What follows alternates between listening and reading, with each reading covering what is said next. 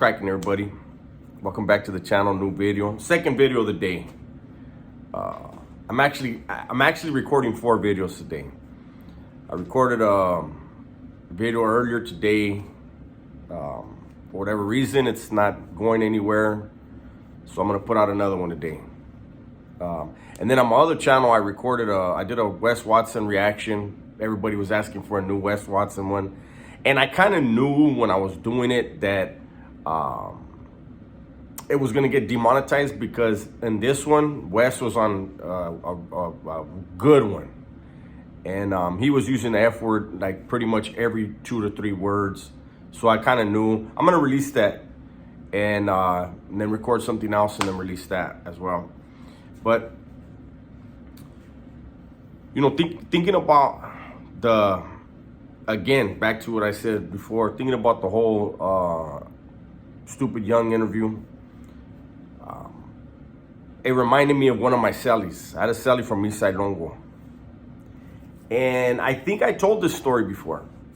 I may have told this story, but I want to tell it again, because I know a lot of people don't go back in the library and go through a lot of my videos.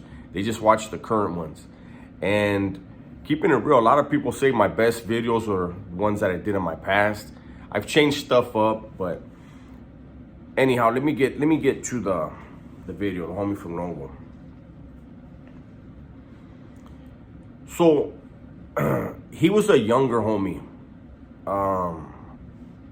and my celly had got snatched up. He went to the hole. He was in the back, right? And just out of nowhere, the homie from Longo approaches me, and he's like, "Hey, do you have somebody that you're gonna be pulling in?" And I said, "Nah, not really. I was just enjoying myself for a couple of days until they put somebody in there." And he said, "Well, hey, I was wondering if I could move in with you." I told him, "Don't you got a celly?" And he's like, "Yeah." I told him, "Everything good with you guys?" And he's like, "Yeah. But I want to hook up with you and celly up with you." And he was always a quiet, humble dude, and I said, "Yeah, if you want, Holmes, you can come over." And he's, "All right, cool." So he moves in. He's a really good celly, really cool dude. Like I said, he's real humble. And he used to get visits every weekend. And I wouldn't ask. I don't ask people about their visits. When you're in prison, you go to the visiting room. However many hours you're in that visiting room, you're not in prison. Like, that's you and whoever you're with. That's you guys are together. That's your world for that many hours, right? So it's a very personal thing, and it's I wouldn't. Hey, who comes to visit you? Well, I caught a visit, and I go out there and I see my celly and his wife, and I think they had 2 kids, but I remember he had kids, right? And I looked and I was like, damn, that's feed, man. I couldn't do time with, like my daughter's mom. I cut her loose in the county because I knew I was gonna do life. And I cut all the women loose that I had, my little Sanchas and stuff. I cut them all loose because I didn't want to have anything that was gonna make me hesitate. I knew that the world I was entering was they play for keeps, and you got to be ready to go at all times. So having a woman, somebody that you care about, that's outside of the world that you're now in, it's not really good. You see people in there wind up killing themselves over a woman. So anyhow, I was like, damn, that's feed, man. His wife comes every single weekend, and he gets to see his kids, and I was like, damn, that's gotta be rough. But anyways, he would come back from visiting, right? And well, first, what happened was one day he's like, "Hey, you know why I asked to sell up with you?" And I go, "Why?" And he goes, "Because I like your estilo, and I want to learn how to do this prison thing, man, but I want to learn from somebody that I trust, somebody that, I like their stilo, and somebody that really knows what time it is, and isn't a snake and this and this and that. And he was on the top bunk and I was on the bottom bunk, and he's telling me that, right? So we're not looking at each other in the eye, but he's telling me this. And so basically he's saying, you know, he wants me to lace him up, right? And I remember when he said that, immediately thinking, man, if I lace this vato up, he's gonna lose his wife and his kids, because that's what I cut my lady loose. You know, the one I had been with, the one that has my daughter, I cut her, like I said, I cut her loose in the county. Like, if you really want to be laced up, and you, the only thing that matters is what's in front of you in this world, inside of these walls, you know. So I was like, yeah, you know, this and that. I was like, you know, you got time. I don't remember what kind of excuse I gave him, but basically he understood that I wasn't gonna lace him up. I'll give him a little bit of game, but I wasn't gonna try to kind of like indoctrinate him.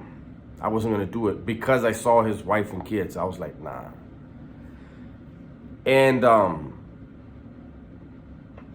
he would go to visit, like I said, every weekend, and then like he would bring me back food from visiting, right?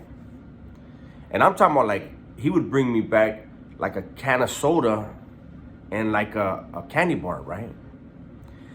And I recognized immediately what he was telling me is like, I can bring stuff in if you want. Myself, I always had drugs in prison, right? That's just part of the thing in there. But I never had anybody that visited me bring my stuff in, because I respected them. And I used to think, like, not to be disrespectful, but just keeping it real.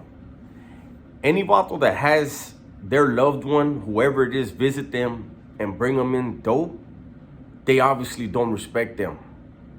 So I won't either. If you're not gonna respect your loved one, I'm not either. I'm gonna try to have your people bring in as much stuff as they can handle and you can handle, if you ask me.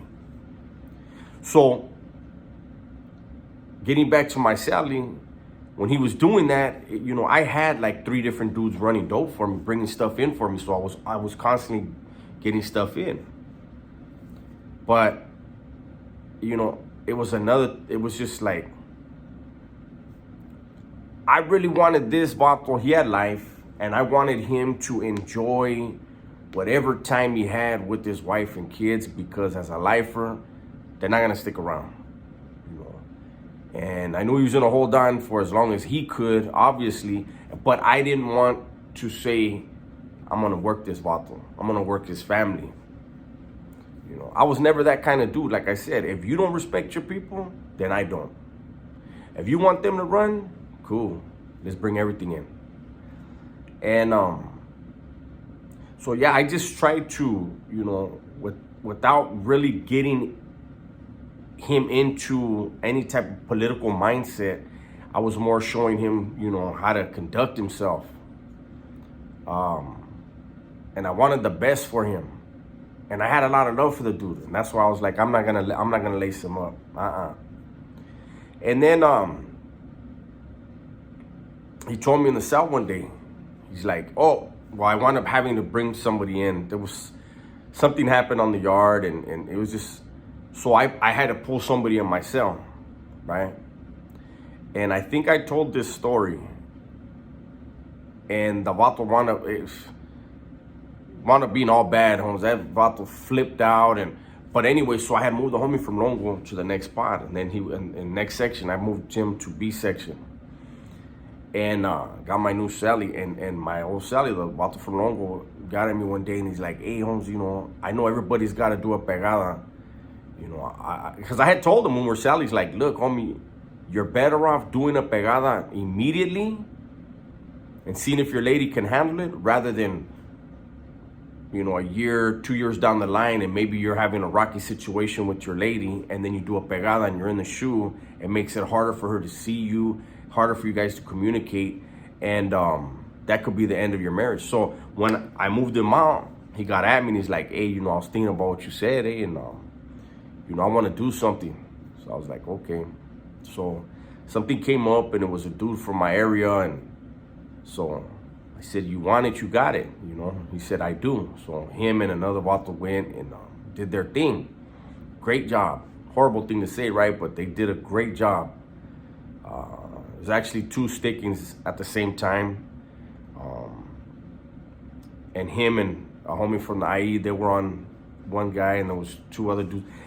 Anyways, I wound up going to the hole not too long after him. Got to see him again there, and he was of good mind and good spirits, and he was working out, you know, everything, you know, cool. The homie's, he's doing good, you know.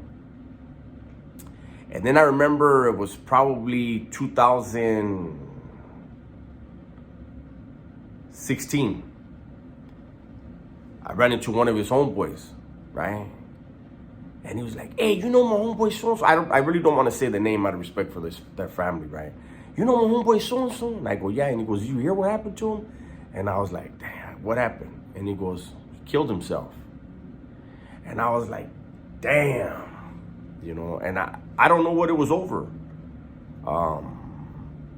I hope it wasn't over his lady, losing his lady and not having a relationship with his kids, but that's the reality of prison, man. Things have changed. You know, there's more opportunities for people to get out of jail. There are thousands and thousands of lifers that have gotten out of prison over the last 10 years because of laws that changed. There's incentive to program. But even with all that, man, prison is a very violent, very miserable place. So I just wanted to share that story because the homie was on my mind today. And I know a lot of you guys that watch my channel, you guys have loved ones behind the walls. Make sure you let them know you love them, man, and you let them know that you miss them. They might act like they don't need to hear it, but they do, all right? Everybody stay safe, stay smart, and tell the ones you love that you love them. I'm out.